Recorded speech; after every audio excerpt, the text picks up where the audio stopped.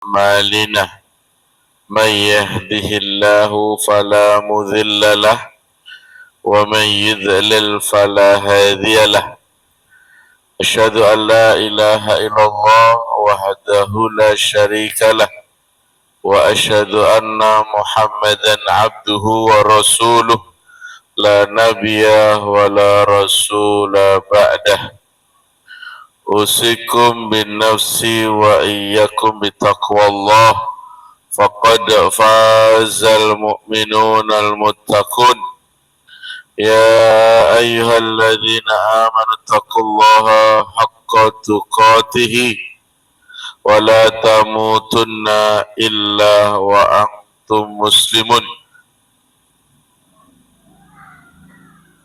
يا أيها الناس اتقوا ربكم الذي خلقكم من نفس واحدة وخلق منها زوجها وبث منهما رجالا كثيرا والنساء واتقوا الله الذي تساءلون به والأرحام إن الله كان عليكم رقيبا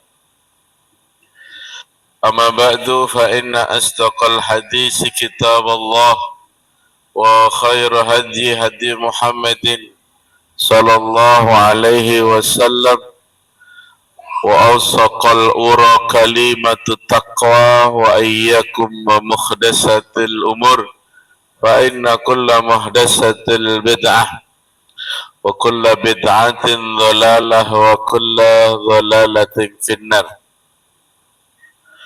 أيها الإخوة وأخوات في الله arsyadakumullah. Alhamdulillah, pada kesempatan di malam hari ini Allah masih mengizinkan kita hadir di majelis yang mulia, majelis ta'lim. Kenapa mulia? Karena didoakan oleh para malaikat dan dinaungi dengan sayap-sayapnya orang yang redha, ikhlas untuk thalabul ilmi sampai dia pulang kembali ke rumahnya. Yang kedua, kenapa dikatakan mulia? Karena kita duduk kita selama kita mendengarkan nasihat dari Al-Quran dan Sunnah, maka dosa-dosa kita akan diampuni dari apa yang telah kita lakukan selama tidak dosa besar. Yang ketiga, kenapa kita hadir di majelis yang mulia? Karena janji Rasulullah, orang yang niat untuk thalabul ilmi dimudahkan jalannya menuju surga. Maka kita hadir di sini adalah benar-benar niat untuk mencari ilmu dan keridhaan Allah, bekal menuju Allah kelak. Salawat dan salam semoga tercurahkan kepada junjungan kita Nabi Muhammad sallallahu alaihi wasallam. Baik hadirin yang dimuliakan Allah, masih seputar tamsil batu. Mayoritas manusia ini akan menjadi penghuni neraka jahanam. Ya, mayoritas manusia akan menjadi penghuni neraka jahanam. Kenapa? Bisa dilihat fitnah di akhir zaman saja. Ya. Bagaimana orang yang hadir di majelis ilmu dengan orang yang hadir di dalam menuju kemaksiatan. Lebih banyak yang mana? Orang yang perempuan yang menutup aurat dengan yang tidak menutup aurat, ini lebih banyak yang mana? Bisa diukur. Ya kan? Orang yang KTP-nya Islam, yang bersungguh-sungguh dengan keislamannya, tapi hanya sekedar KTP-nya Islam tapi nggak sholat, lebih banyak yang mana? Ya, jadi Bapak Ibu, ini adalah kehadiran antum. Pilihan hidayah itu mahal, tidak bisa dibeli dengan uang, tidak bisa dibeli dengan harta kekayaan. Maka pantas mayoritas manusia itu akan menjadi penghuni neraka jahanam. Mereka ini akan menempati tempat tinggal yang dipenuhi dengan siksaan. Ada yang tanya, ya Ustaz, apakah muat nerakanya? Sedangkan mayoritas manusia ini luar biasa banyaknya. Ya, nah ini. Dan itu ya nanti akan diceritakan. Penderitaan mereka ini tidak hanya terjadi saat berada di dalam neraka, ya, tetapi mereka juga akan merasakan ketika tubuh mereka ini melayang-layang, manakala Allah melemparkan tubuh hina itu ke dasar neraka. Ya, sebelum masuk neraka, tubuh itu sudah melayang-layang. Ya, kok sampai melayang-layang? Karena memang neraka itu begitu dalam, begitu dalam. Ya, ada yang sudah hampir terbakar, hangus, habis, dikembalikan lagi oleh Allah, biar merasakan sakitnya siksaan, walaupun hanya hawanya saja. Hawa neraka itu begitu panas, apalagi di dasar neraka. Maka ancaman orang munafik itu fidarkil asfal. Jadi orang munafik itu kan memang perusak dari dalam, ya kan? Ya, kelihatan ya pakaiannya Islam, ya tanduk-tanduknya Islam, tapi pengaruh kerusakan mereka untuk merusak Islam itu luar biasa. Dari zamannya Nabi bahkan sampai sekarang, apakah ada orang munafik itu pengajian nggak suka, pengennya dibubarkan. Dunia ini diliputi dengan kedustaan yang disanjung, ya, kebenaran yang dipinggirkan. Kedustaan ini dikasih reward, dikasih endorse, dimuliakan, dibuatkan panggung. Sementara orang yang memegang kebenaran itu disingkirkan, bahkan dibully, bahkan yang penting kebenaran itu jangan sampai muncul. Maka pemimpin itu yang diangkat adalah orang-orang jahil, orang-orang yang tidak paham terhadap syariat Islam. Lalu berapa kedalaman neraka kok sampai melayang-layang, belum merasakan siksaan yang sesungguhnya, mereka sudah merasakan. Orang-orang yang kafir, orang-orang hina tadi. Nah, sebuah hadis memberikan kita gambaran. Wa an Abi Hurairah radhiyallahu anhu qala kunna ma'a Rasulillah sallallahu alaihi wasallam, kami bersama Rasulullah sallallahu alaihi wasallam, itsami'a wa jabhatan wa wajbatan was itsami'a wajbatan.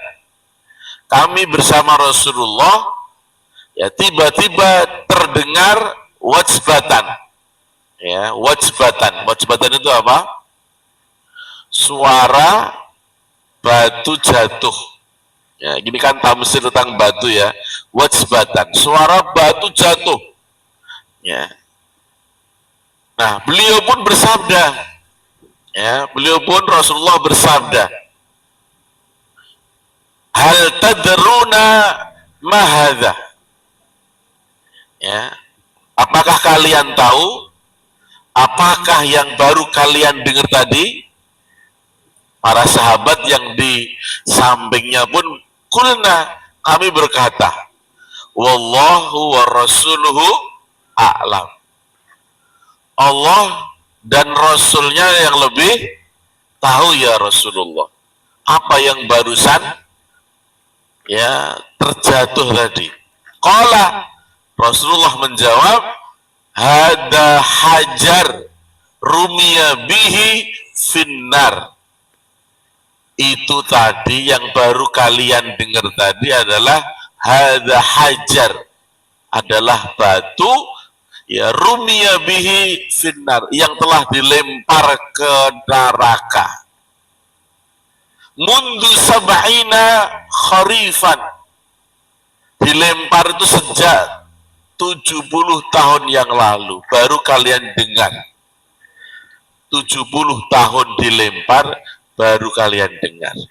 Ya, baru sampai di dasar neraka. Ufahuwa yahwi finnarul an. Ya, maka batu itu melayang-layang ya semenjak 70 tahun yang lalu. Ya, 70 tahun yang lalu.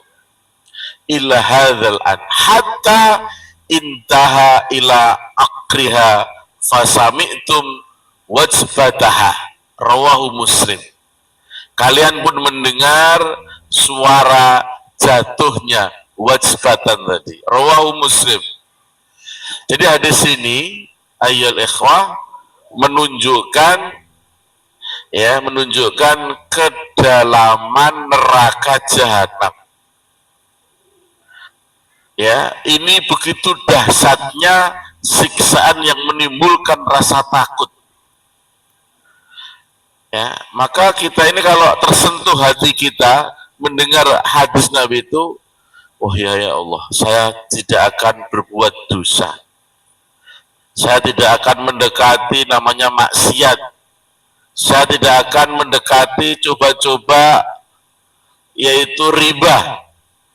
Ya, saya tidak akan mencoba menzalimi, membentak istri, misalnya gitu ya, yang punya istri. Ya Allah, saya tidak akan ghibah. Karena apa? Kengerian neraka, kedalaman neraka nanti dipenuhi oleh batu dan manusia. Ya, dilempar 70 tahun yang lalu baru terdengar, melayang-layang. Wal iyadzu billah. Semoga kita dijaga Allah agar kita termasuk ya, tidak termasuk bagian dari mereka yang dilemparkan. Amin ya rabbal alamin. Kalau ada di antara kita yang melayang-layang, segera dipanggil, ditarik. Ya Allah, ya dulu dia itu pernah touring, lelah bersama kami, ngaji bersama kami ya Allah. Ngajinya di pojok, bersandar, baru 5 menit sudah ngantuk ya Allah. Tapi dia istiqomah ya Allah. Ya Allah, itu juga ada ya Allah. Kok dia melayang-layang, dia ikut taklim setiap malam Jumat, tapi telat datangnya ya Allah. Apakah boleh saya tarik? Tariklah, syafaat. Teman yang soleh. Teman yang soleh itu dapat memberi syafaat. Ya, monggo. Ya. Ya Allah, dulu teman saya ini saya ajak ke taklim, mau datang. Apakah dapat berikan syafaat? Dapat.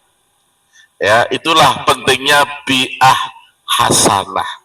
Lingkungan yang baik akan memberikan dampak positif nanti ketika ya di akhirat. Ya, ini maka kalau antum ini sudah ditakdirkan berkumpul dengan orang-orang soleh, jaga dan rawat, jangan diputus, ya, dijaga, ya, karena ini harga yang sangat mahal. Ya. Beda dengan kadang-kadang kita ini kumpul dengan keluarga besar. 1 tahun sekali pas lebaran, ya kan, kumpul semuanya, adik, kakak, adik tolan, paman, semua kumpul. Saking gembiranya, akhirat nggak pernah dibahas. Yang dibahas apa? Gimana kabarnya lo di Jakarta lo? Gue. Wah gitu orang Jakarta ya. Biasanya begitu ya. Gimana pekerjaannya? Gajimu berapa sekarang? Oh gitu. Ya, nggak pernah disinggung masalah akhirat. Kita ini walaupun tidak nasab satu nasab, tapi tawasau bil haq dan tawasau bis sabr. Ya, saling nasihat menasihati. Ketika kita meninggal, kalau kita punya database di HP itu orang-orang soleh, ya kan, banyak nanti yang menyolatkan, mendoakan, ya kan, banyak yang mendoakan. Jadi kaifiyah sholat jenazah itu adalah sebanyak-banyaknya itu akan meringankan hisab orang ya yang meninggal barusan tadi, ya kan? Karena dari takbir sampai salam itu isinya doa. Semakin banyak yang mendoakan dan yang doakan orang soleh, tauhidnya benar, akidahnya lurus, insya Allah itu akan diijabah, ya kan? Ijabah. Jadi bukan hanya sekedar banyaknya loh ya. Ini tanda-tanda orang baik itu yang takziah banyak sekali. Tapi yang takziah itu rata-rata bukan orang soleh. Iya di situ hanya kumpul, nggak sholat, kadang hanya sebentar, ya nggak sampai ikut memakamkan, ya kan? Nah, ini yang paling berharga dari orang soleh. Nah, kalau tidak, misalnya yang takziah tadi kurang, maka kurang dari berapa? 100 dibuatlah 3 soft. Itu kefiyahnya, ya. Jangan nanti kalau kurang 100 dibuat 1 soft panjang sana. Sunnahnya adalah dibuat 3 soft, ya, berdekatan. Ya, ini ya. Entah yang hadir 40 atau 30, yang penting bisa dibuat 3 soft, ya.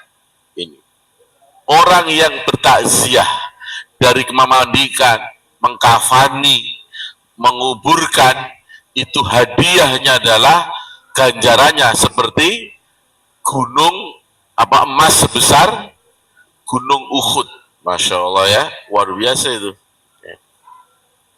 Yang kedua, lemparan batu yang mematikan binatang besar. Ini dalam kisah di dalam kitab sejarah namanya Ar-Rahiqul Makhtum, karangannya Syekhur Rahman Al-Mubarakfuri, ya. Diceritakan di negeri Yaman ada raja yang mengklaim bahwa dirinya ini mengaku dirinya Tuhan, persis yang ada di Mesir, namanya Fir'aun, dulu juga mengaku dirinya sebagai Tuhan. Apa kata Fir'aun yang viral itu? Ana rabbukumul a'la, saya Tuhan kamu yang paling tinggi, tidak ada yang lebih tinggi dari saya. Kalau kalian tidak menyembahku, maka akan aku bunuh. Itu ancaman Fir'aun dengan kesombongan dan keangkuhan, dengan semenang-menang, dengan ya ribuan pasukan yang begitu bengis memaksa rakyatnya untuk menyembah dirinya. Nah, di negeri Yaman ada juga yang mengaku dirinya sebagai Tuhan, sebagaimana raja-raja terdahulu yang selalu dikawal oleh tukang sihir. Fir'aun juga dikawal oleh tukang sihir. Raja Yaman ini juga dikawal oleh tukang sihir. Itu memang identik gitu ya, tukang sihir, ya, dukun, paranormal. Sampai sekarang pun presiden biasanya meminta sebelum dia ini menjabat, itu biasanya ke sebuah desa. Biasanya kalau di Jawa Tengah itu para pejabat, para itu biasanya ke daerah itu Belumbang. Tahu Belumbang? Bang itu daerah Jawa Tengah bagian dekat sini, Tangmangu, dekat pondok pesantren Salman Al-Farisi. Ada Belumbang di situ. Naik ke lereng-lereng gunung, di situ ada Belumbang. Disuruh kungkum di situ, ya. Padahal sudah dingin sekali. Suruh kungkum karena ini adalah salah satu ritual yang harus dikerjakan. Mereka ya manut walaupun sangat dingin. Nah di Yaman ini memang orang-orang Timur Tengah itu orang raja-raja dikawal oleh tukang-tukang sihir. Nah suatu hari tukang sihir ini berkata kepada Raja Yaman, apa katanya? Ini qad kabirtu fab'asu ilayya khulaman u'allimu sihru. Ini kata tukang sihir yang sudah tua, sudah lanjut, badannya bungkuk, pakai teken ya. Dia ngomong kepada ya raja yang mengaku dirinya Tuhan, ini qad kabirtu fab'astu ilayya khulaman u'allimuhu sikhra. Sesungguhnya aku telah tua ya raja, maka kirimkan kepadaku seorang anak muda gulaman u'allimuhu as-sikhra. Saya akan ajarkan dia tentang ilmuku, sihirku ini. Nah, gimana tanggapan sang raja? Keinginannya dikabulkan oleh sang raja. Dikabulkan. Anak yang masih belia dipilih oleh sang raja untuk dididik dengan ilmu sihir. Ya. Yang menarik dari kisah ini, ayyuhal ikhwah, adalah nah setiap anak pergi ke padepokan sihir tadi, tukang sihir tadi, selalu singgah terlebih dahulu ke rumahnya rahib. Nah, rahib itu zaman dahulu itu yaitu yang rahib itu apa? Ahli ibadah dari kalangan Nasrani. Ya. Yahudi Nasrani itu ahlul kitab yang masih mengakui adanya tauhid rububiyah.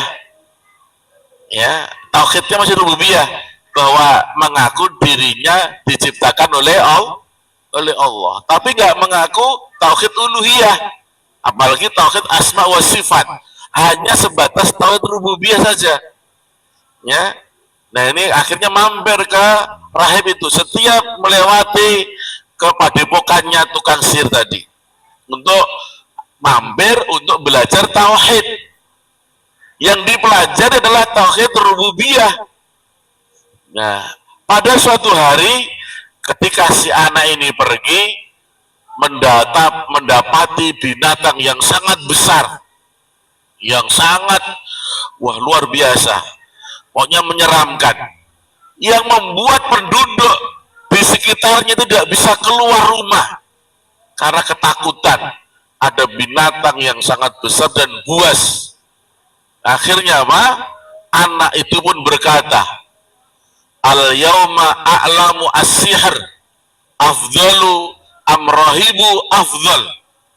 Ya, anak ini berkata yang telah belajar tauhid kepada sang rahib, hari ini ya akan aku ketahui, akan aku testimonikan mana yang lebih mulia, ilmu yang diberikan tukang sihir atau yang diberikan si rahib itu tadi.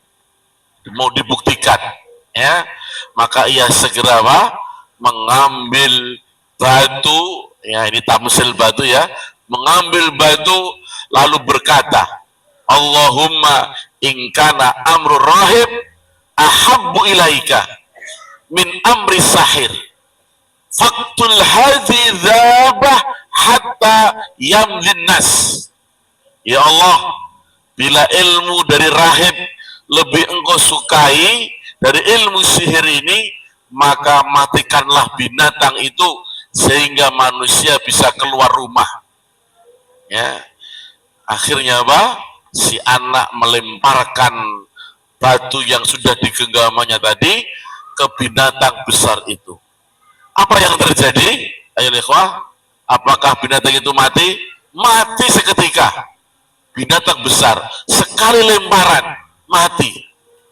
Nah, ayo ikhwah, kisah selanjutnya ini sangat panjang sebetulnya ya. Kisahnya sangat panjang dalam kitab itu yang termaktub dalam kitab Sahih Muslim, ya, Sahih Muslim. Jadi ini bukan dongeng. Bukan dongeng itu kalau dengan pipa itu keneng. Ini kisah nyata. Jadi Imam Muslim, ya. Akhirnya apa? Para ahli tafsir mencantumkannya dalam pembahasan surat Al-Buruj, ya. Ya, akhirnya apa? Binatang meninggal, warga penduduk ini akhirnya bisa keluar untuk cari maisha. Dan akhirnya apa? Hikmahnya penduduk itu beriman kepada Tuhannya anak muda tadi, bukan menyembah kepada raja yang mengaku sebagai Tuhan, ya, Tuhan.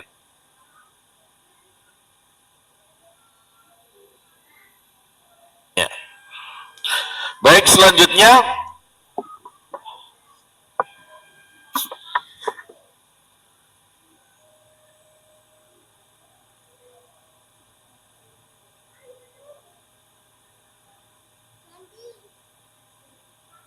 nah, salah satu prinsip menyembelih binatang itu adalah mempercepat kematian, ya, saat menyembelih dilaksanakan.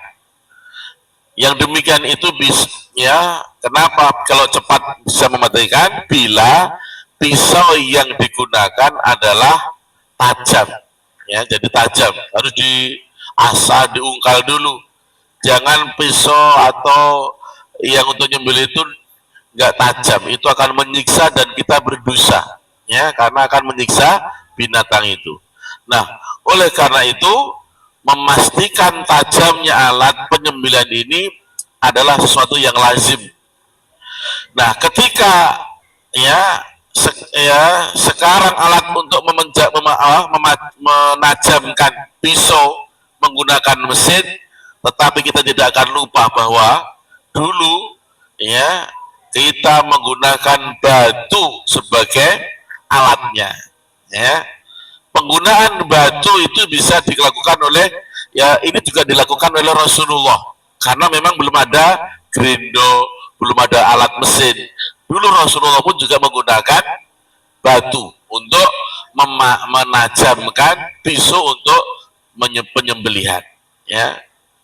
Ini juga tamsil tentang hikmah tentang batu.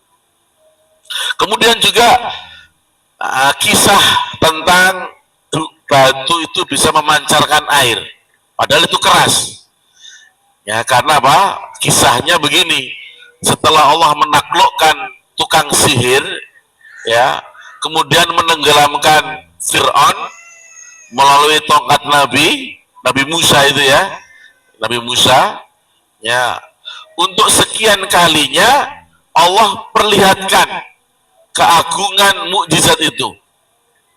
Nah, ketika kaum Bani Israel ini kehausan, ya, nggak ada air, kehabisan bekal, sementara tidak ada sumber mata air, maka Allah perintahkan Musa untuk memukul batu dengan tongkatnya, ya, sehingga memancarkan air dari batu itu. Masya Allah, ya.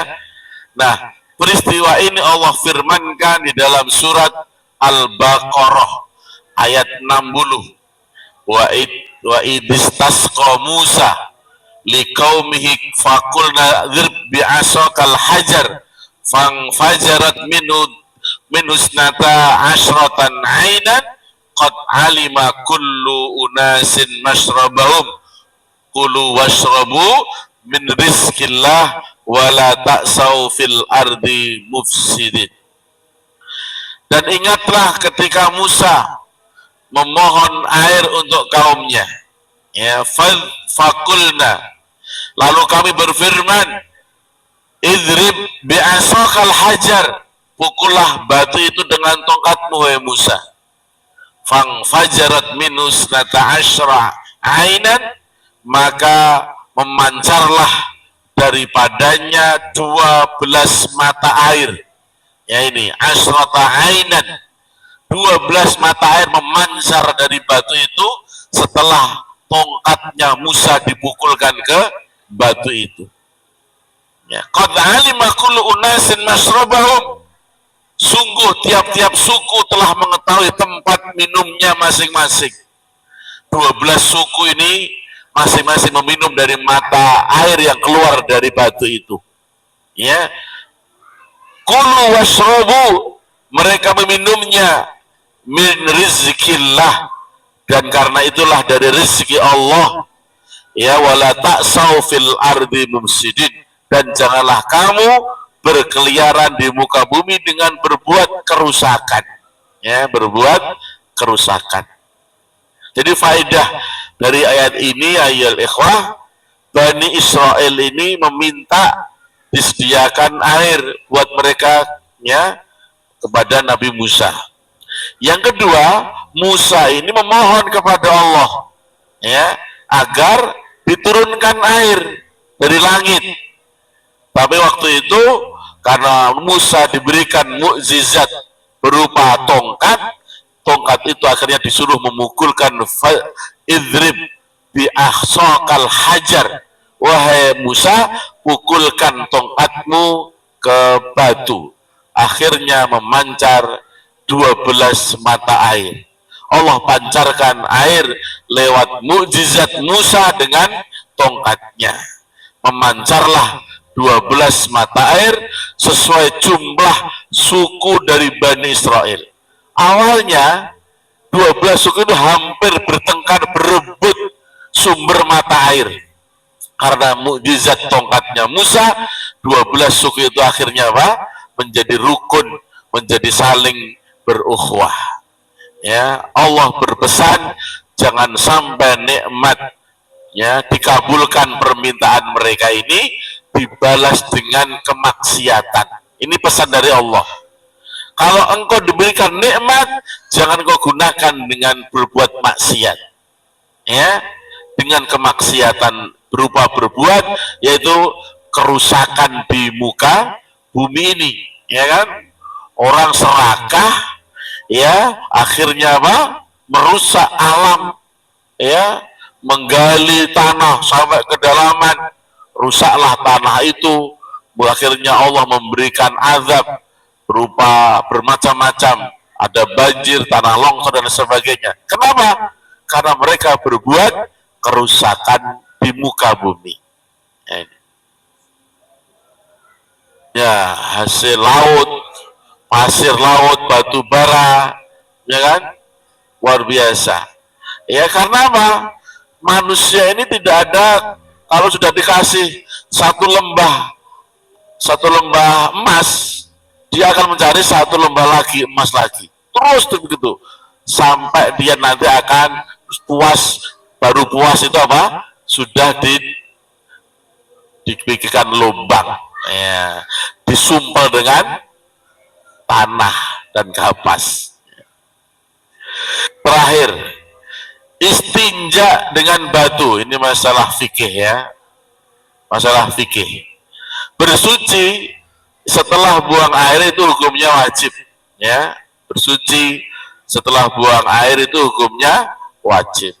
Nah, keumuman siksaan kubur, ya, kebanyakan orang terkena siksa kubur itu, ya, yang menimpa penghuninya itu ada pada masalah ini, istinja yang tidak bersih, ya. Orang tua yang tidak pernah ikut taklim, tidak pernah paham agama, anaknya itu dibiarkan bangun tidur larinya bukan ke toilet, larinya ke depan. Akhirnya apa? Dia langsung apa? Lepas celana, langsung dicur di depan rumah itu. Nah, ini ada juga Dulu masa kecil itu membuang kencing itu di lubang semut. Nah, ya kan? Untung jin yang ada di dalam itu nggak marah. Kalau marah itu burunya sudah dipelintir itu ya. Nah itu. Karena lubang itu memang lubang-lubang itu untuk sembunyinya para jin. Ada dulu juga masa-masa Pak Isan muda dibuat angka 8. Ya ya, kencing itu. Masih ingat? Iya. Nah, itu. Habis itu apa? Sudah nggak bersuci lagi. Udah biasa itu main kelereng lagi lah ya.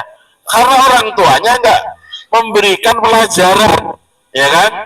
Sampailah dibawa sampai besar nggak paham tentang toilet di Amerika, di mana-mana di negeri kafir itu nggak ada disediakan air. Apa disediakan? Tisu, ya kan? Jadi tisu karena nggak paham syariat, ya. Ini jadi keumuman orang terkena siksa kubur itu tentang tidak bersihnya bersuci setelah buang air. Maka dalam fikih istinja itu bisa menggunakan 3 cara, ya. Istinja yang pertama dengan batu saja, ya, batu saja. Kata Nabi, atan Nabi sallallahu alaihi wasallam al-ghaid fa amarani an atiyahu bi thalasatin ahjar. Nabi sallallahu alaihi wasallam hendak buang air besar ya Nabi. Lalu beliau menyuruhku untuk mengambilkan 3 biji batu. Rasulullah menyuruh sahabat mengambilkan 3 biji batu, ya. Kemudian saya hanya mendapatkan 2 biji saja, karena waktu itu cari batu susah di padang pasir, ya, dan tidak menemukan yang ketiga. Nah, lalu saya membawakan kotoran binatang. Beliau mengambil 2 biji, ya, dan membuang kotoran binatang seraya bersabda, ini kotoran yang menjijikkan. Maksudnya tidak layak untuk dibuat membersihkan buang air besar. Ya, ini ya. Jadi boleh ya. Jadi awalnya Rasulullah itu 3 buah batu. Karena tidak ada 2 batu boleh. Jadi ketika mungkin kita ini susah cari air, yang kedua dengan cara istinja dengan apa? Batu. Pernah antum istinja dengan batu? Pernah. Kalau ketika pas mendaki gunung, pas lagi Pak, ya, kan lagi gunung itu susah cari air, ya kan? Susah cari air, maka kita kadang-kadang cari, ya, batu, ya, itu. Yang kedua dengan air saja, ya, dengan air. Ini sudah umum, ya. Yadkhulul khala fa ahmil ana wa ghulam nahwi idawatan min ma'in wa anjatan fayastahji bil ma'. Ini dengan air. Yang ketiga menggabungkan antara batu dengan air, ya digabungkan. Gimana caranya? Kata Nabi, sa'al ahlul Kubah faqalu, ya. Jadi Rasulullah itu setelah bertanya kepada penduduk Kubah, lalu beliau bersabda, inna nutbi'u hijaratal ma', sesungguhnya, ya, Allah memuji kamu sekalian wahai penduduk Kubah. Mereka berkata, sesungguhnya kami selalu beristinja dengan air setelah dengan batu. Wah, sangat bersih ya, bisa digabungkan, ya. Ini kalau pengen, ya, dengan itu boleh, air saja boleh, digabungkan batu dan air juga sangat baik, ya. Itu ya, itu tentang batu. Terakhir, paling terakhir, ya. Ini paling terakhir. Bagian dari manasik haji itu apa? Melempar jumroh dengan apa? Batu, ya, dengan kerikil. Batu kecil namanya, kalau batu besar namanya nggak tahu. Ya. Nah, ini bagian wajibnya haji. Kalau nggak melempar, hajinya nggak sah bila tidak ditunaikan. Yang bersangkutan, yang orang yang haji tadi, yang bersangkutan terkena namanya apa? Dam. Terkena dam. Sanksinya dam. Nah, batu yang dilempar ini sebesar biji kacang ya, atau batu yang biasa untuk ketapel.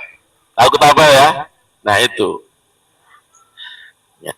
3 lubang tempat batu dilontar adalah jumrah Aqobah Kubro, ya, namanya apa? Jumrah Aqobah Kubro.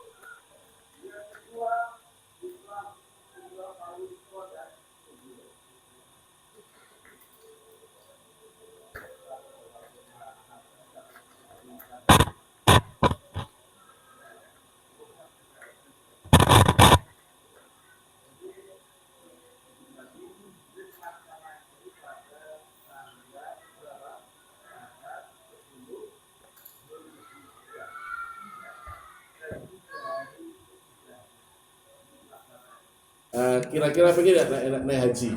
Pengen? Tinggal nunggu aja. Hah? Tinggal nunggu aja. Ya, jadi kalian kalau mau daftar haji, pengen segera daftar. Ya, antrinya berapa tahun? 20 tahun. Oh, 20 tahun? Iya. Oh, Masya Allah. Kalau pengen haji plus tinggal 5 tahun, ya, 5 tahun. Kalau haji furoda, bulan ini daftar, bulan depan berangkat misalnya.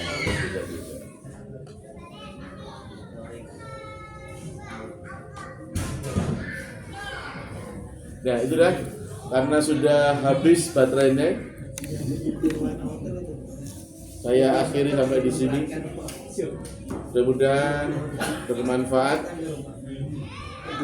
Ya, mudah-mudahan Allah memberikan kemampuan kita untuk berhaji. Karena salah satu rukun Islam adalah haji ke Baitullah. Bagi siapa yang mampu, ya. Kalau nggak mampu nggak wajib. Kalau mampu dia nggak berangkat, berarti dia terkena dosa, ya. Ini. Demikian kurang lebihnya mohon dimaafkan. Kita akhiri dengan doa kafaratul majlis. Subhanaka wa bihamdika asyhadu an la ilaha illa anta astaghfiruka wa atubu ilaik. Assalamualaikum warahmatullahi wabarakatuh.